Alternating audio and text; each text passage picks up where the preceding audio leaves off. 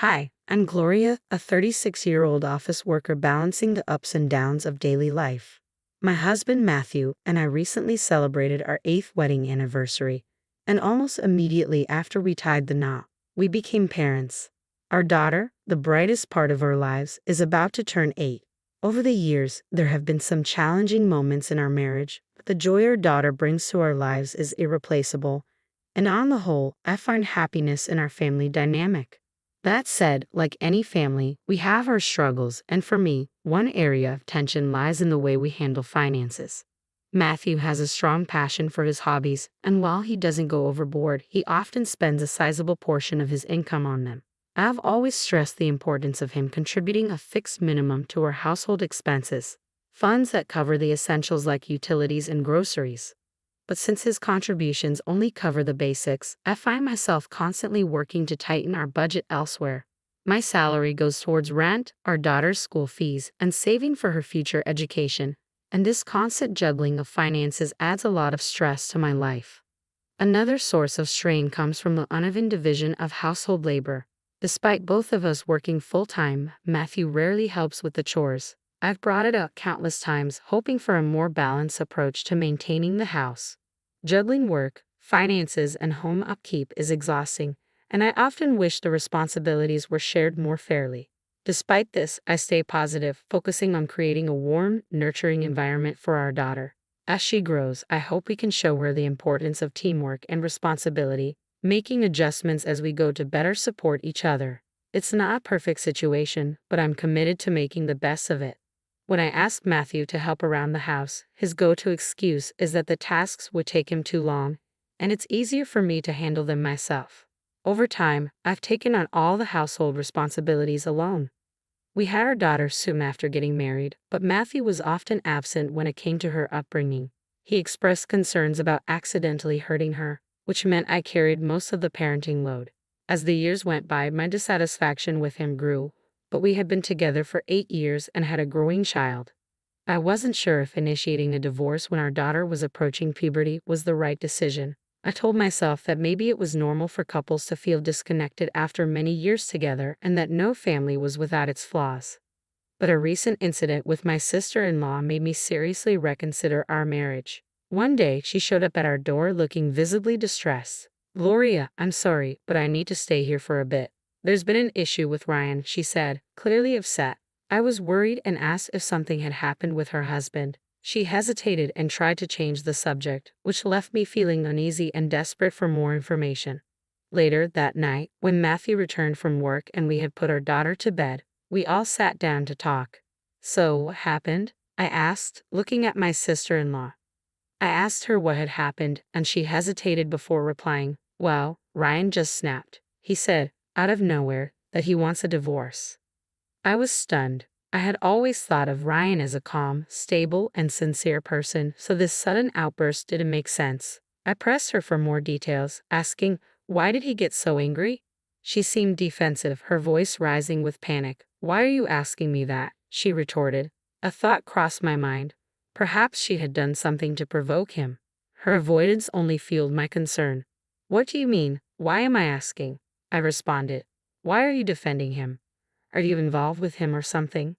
Her accusation caught me off guard, but I quickly denied it. "Of course not," I said. "I'm not involved with Ryan." Matthew, overhearing the exchange, laughed off her suggestion. "That's impossible," he said. "She barely has time for anything outside of her responsibilities. And besides, she always leaves her phone out in the open." Despite my husband's defense, frustration bubbled inside me.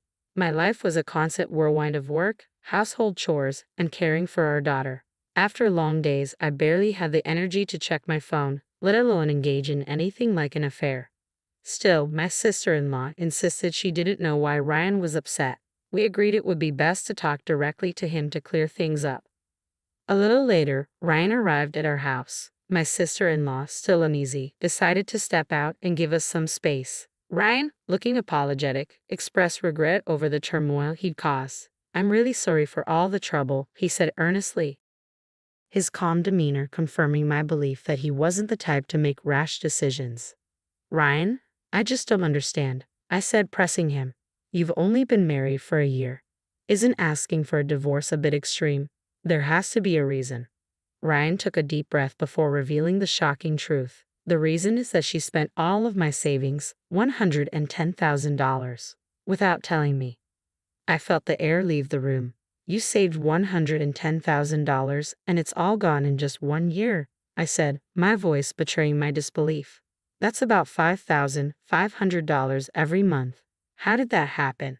Ryan explained that he had been carefully managing their finances, allocating just enough from his monthly income to cover all their living expenses. The entire $110,000 had been spent entirely on non-essential personal expenses, luxuries, and entertainment. No wonder you're upset, I said, empathizing with him. Anyone would be furious in your shoes. I couldn't help but think of my own situation with Matthew's tendency to overspend. It was almost as if this was a family trait. With the revelation of the massive financial strain, I suggested, if she doesn't make an effort to repay that $110,000, maybe you should seriously think about separating, especially since there are no kids involved. Ryan nodded, taking my advice to heart, but then Matthew surprised me by chiming in. I'll make sure my sister pays you back, he said confidently. I was taken aback by his sudden certainty. How could he be so sure? Ryan looked at him, clearly appreciative of the support. I would appreciate that, thank you. With that, we had reached what seemed like a tentative resolution, though I knew the situation was far from over. As Ryan left, my sister-in-law returned to the house, the weight of everything still hanging in the air. I confronted her immediately. Ryan mentioned that you used up all of his savings, $110,000. She quickly became defensive. I used it for living expenses, she retorted, her tone sharp. I tried to explain the situation, but she wouldn't hear it. Ryan had already made it clear that he kept a separate account for everyday expenses. Her reply was dismissive, almost scornful. You don't know anything, so just shut up. Her harsh tone wasn't a surprise. She often belittled me during our conversations. But this time, her complete lack of remorse, coupled with her dismissive attitude toward the mess she'd created, made it all too clear. Ryan might truly be better off pursuing a divorce. She refused to acknowledge the seriousness of what she'd done, and there was no indication that she planned to fix anything. It painted a grim picture for the future of their marriage. During our heated exchange, Ryan mentioned that he might consider forgiving her if she repaid the full $110,000. My sister-in-law, seemingly cornered by her own actions, lamented, "How can I pay back that much? I'm just a housewife." I responded firmly, "If you can't pay it back, you shouldn't have spent his money in the first place." The tension in the room thickened, and then, almost as if she had an epiphany, my sister-in-law turned to me with a gleam of hope in her eye. "Relax, Gloria. We've got money, right? You've got $220,000 saved up. So no worries, right?" she said, sounding almost victorious, as if she found a miraculous solution. I was thrown off completely. "Wait a minute. How do you even know about my savings, Matthew?" I asked, stunned. I had never shared that I'd saved that amount for our daughter's future tuition. Matthew, appearing unfazed, casually admitted, "I found it when I went through your parents' house. It was in the second drawer of the closet in your room." I was speechless. "You went through my things without asking. That's unbelievable. We're married, but that doesn't mean my personal belongings are up for inspection," I protested, feeling utterly betrayed. Ignoring my outrage, Matthew continued, "Your sister-in-law is in trouble. Give us your savings to help her out." I was incredulous. "I'm not handing over that money. It's for our daughter's future. If you think $110,000 should just be given away, why don't you figure out a way to pay her back?" Matthew didn't hesitate. He reached into a drawer and pulled out divorce papers. "I've had these ready just in case something like this happened," he said coldly, as if he'd been preparing for this moment all along. My frustration boiled over. "You've got some nerve trying to manipulate the situation like this," I snapped. "That's exactly what I've been wanting to say to you," I added, my voice shaking with the weight of my anger. Then, with chilling finality, Matthew filled out the papers and said, "I'm serious. We can get a divorce anytime you want." To my shock, my sister-in-law, watching the drama unfold with an almost gleeful grin, piped up. "Well, I'll be one of your witnesses," she said, scribbling her name on the form as if she were signing a trivial document. "You can either pay me the $110,000 or we can get a divorce," Matthew threatened, as though he were cornering me into a choice. I was astounded by their boldness and manipulative tactics. But rather than giving them the satisfaction of seeing how deeply their words cut, I feigned compliance, allowing the moment to pass without escalating things further. The next day, I prepared myself for whatever came next. I decided to take control of the situation and invited some important figures, my in-laws and Ryan, to our home. When they arrived, Matthew was immediately baffled. "Ryan, why are you here?" "Mom, Dad, what's going on?" he asked, his confusion palpable. Before Matthew could say anything more, his father interjected, his voice calm but firm. "Matthew, don't embarrass yourself any further." He then turned to me and added, "Gloria, I'm truly sorry about my son and daughter's foolish behavior." Ryan also spoke up, his tone sincere. "I must apologize to Gloria," he said. Their apologies were like a bombshell, but the tension didn't subside. Matthew, still bristling, tried to assert himself. "Why are you two apologizing? You should be quiet." Ignoring him, his father continued. "We went through your room, Matthew, and we found stacks of expensive bags and jewelry." His mother added, "Ryan asked us to look into it, and it's clear you've had a habit of hiding expensive purchases from us since you were young." The revelations hit like a ton of bricks, and Matthew's deceit became undeniable. His mother, facing the mounting evidence, finally said, "I can't stay married to you anymore." The tide had turned dramatically. The extent of Matthew's financial misconduct had been exposed, and my earlier concerns now seemed justified in an entirely new light. The situation took another turn when it came out that my sister-in-law had falsely claimed she used the $110,000 for living expenses. "I want you to pay me back the $110,000, Ryan demanded firmly, to everyone's shock, especially Matthew's. "I've already taken steps," Ryan continued. "Matthew, you're getting a divorce too. Gloria already filled out the divorce papers, and I signed as a witness. We just submitted them together." My sister-in-law's declaration was defiant. Matthew was furious. "I won't allow that," he exclaimed. I couldn't hold back my frustration. "You won't allow it? What are you talking about?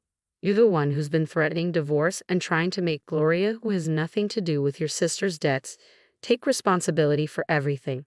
You are despicable. Gloria is my wife, not your property." I shot back. "She wasn't born into your family. She's essentially a stranger to you. You should show her more respect and care."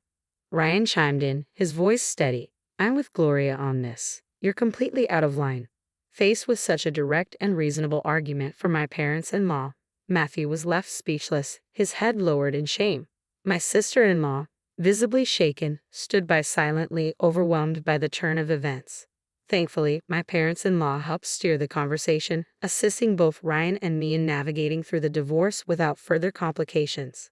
In an attempt to make amends, my sister-in-law sold off as many luxury goods as she could, raising about $45,000 to repay Ryan. The remaining $30,000 was covered by my parents-in-law, who would now closely supervise her repayment of the debt. This arrangement brought some balance and ensured she would be held accountable for her actions, while allowing Ryan and me to move forward and start fresh. After the divorce, my sister-in-law found herself in a difficult financial position. She now works tirelessly from dawn till dusk, struggling to pay off the debt she incurred from mismanaging her former husband's savings. Her days are long and exhausting, leaving little room for rest. As for my ex-husband, the divorce forced him to make some significant changes. I arranged for him to provide child support, which he has been able to pay consistently despite his circumstances. However, I've heard through the grapevine that he continues to live alone in a modest apartment. His salary, though decent, is stretched thin by his rent, living expenses, and child support payments. Eventually, the financial strain forced him to move to a cheaper apartment. Sadly, his long-standing habit of unnecessary spending hasn't helped, and despite living in a more affordable place, he often finds himself broke, with no savings to fall back on. This financial instability will likely make it difficult for him to enter another relationship anytime soon. Meanwhile, I've returned to my parents' home with my daughter. Being back under their roof has helped stabilize our lives, allowing me to focus on the future. My parents have been incredibly supportive, especially in helping with childcare while I work. This support has been crucial in allowing me to regain my footing after the divorce. I'm working hard, not just to meet our day-to-day needs, but also to save for my daughter's future. I want her to have every opportunity to pursue her dreams without financial constraints. This is a new chapter for us, and I'm determined to make it a successful one. I plan to continue sharing our journey, hoping that our story might inspire or help others facing similar situations. If you find our story engaging and want to follow our journey through this new phase of our lives, please subscribe to the channel. Your support means so much to me, and I look forward to connecting with you in future videos. Thank you for watching.